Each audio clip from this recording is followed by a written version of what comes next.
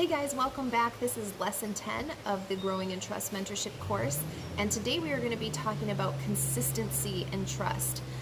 There have been many studies done on the importance of consistency. In fact, it's more important than doing large, seemingly over-the-top kind of gestures, towards any kind of relationship. In fact, one of the studies I was reading was about bosses who would do kind of like grandiose parties, office parties, or taking all of their team members on big vacations, and that actually had less to do with what the retention rate of that office. It had nothing to do with that. It played very little. If they couldn't depend on their boss to be a certain way every day when they showed up at work, they were more likely to leave. So consistency is absolutely key in every single relationship that you will have in life, whether it's at work or it's in your family. It doesn't matter.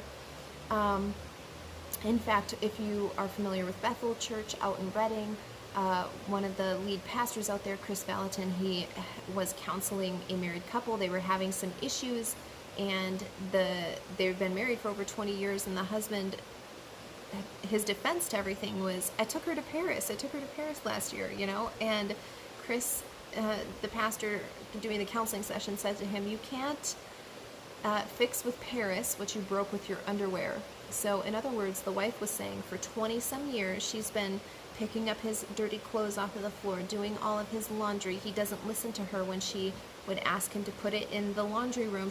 He wasn't paying attention to what she needed day after day. So if you do one big thing for me, it's not going to change the fact that I still don't trust you. You're still not meeting the needs that I have, again, for my personal life, for my season of life. And so consistency is absolutely key. If you recall in one of the earlier sessions, I had said there should be no difference between what you say and who you are. There should be no difference between what you say and who you are. This is called character. This is called integrity. You should be able to hold your own self accountable to your own standards. So if I say something, I better do it. I remember one time, a few weeks ago, I was at a conference. A friend of mine had asked me to pick him up a CD from this conference, and I did. And I told him, I'm going to be able to send it out on Monday. I'll put it in the mail on Monday. Well, the conference ended up being run later, and so I ended up being out of town on Monday. I wasn't able to get to the post office. I had to make a flight and do all of these other things. And so I remember feeling very convicted about that because I told him it was Monday. So I called him. I said, I'm not going to be able to put in mail. He's like, it's no big deal. It'll be a Tuesday. But for me, I couldn't allow that to just pass by without acknowledging the fact that I had said something and I didn't do it. And so I've been trying to pay very close attention to what I say, and when I say I'm going to do something, I want to do it. I want to be held to that standard because that's the kind of people that I want to attract into my life. I need to be what I want to attract, right? I attract what I are, not what I wish for. So your consistency and your values will create your character, and being consistent with your values. Remember, we talked about last week the values versus belief system and decision makings.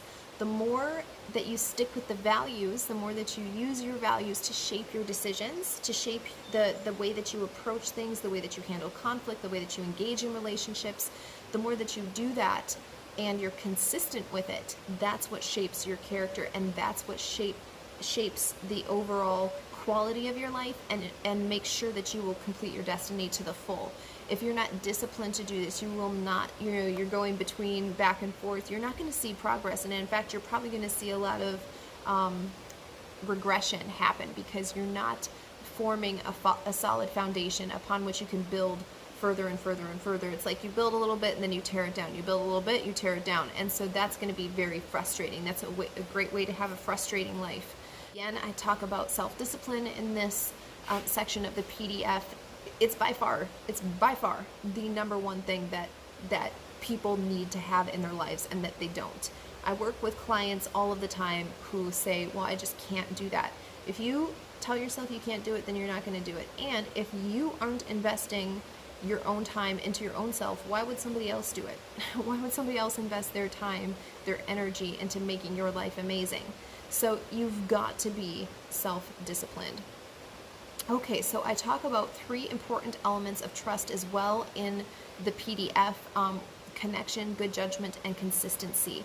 And again, connection should be the first thing that we make with another person, right? And so I found this out very early on.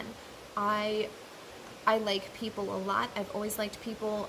Prior to being a life coach, obviously I was a cultural anthropologist. I studied cultures for the military, and I like people. I like connecting with them. I enjoy that kind of connection.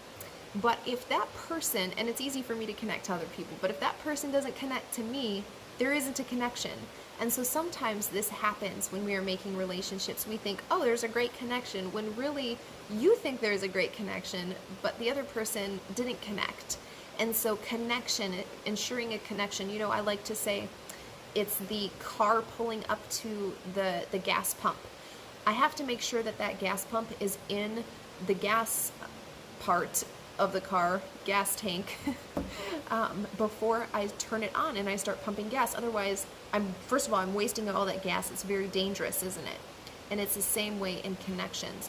If we haven't connected, and yet I'm pouring out my heart, I'm allowing you into all of these intimate areas of my life, there's no connection, that all of that is wasted, and it's very dangerous for me to do that again and again and again. So we got to have connection. After that, good judgment. And we've already talked about this with the value system, taking a look at things objectively from that, making sure that you're surrounded by people who have your best interests in mind, who can give you godly counsel.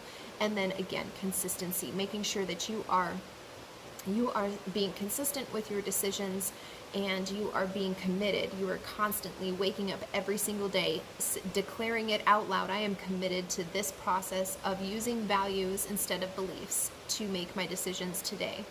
And I have a bunch of them too that I say, like I already set my will to forgive anybody who does something wrong to me, for example, because I'm going to walk in unforgiveness. I'm not going back to being bound up by that. Okay, so what you do with that is up to you, and all of that, but just being aware that this is a daily thing that you have to be dedicated to. And then lastly, I do talk about reconciliation and consistency, how consistency plays into whether or not you reconcile with somebody. And so I want you to really consider that, read through that section. It's very brief, and then go through the exercises and reflections. Again, what you put into this course is what you're going to get out. So please take your time and really reflect on your life, where you are now and where you want to be. And I will see you for the next lesson.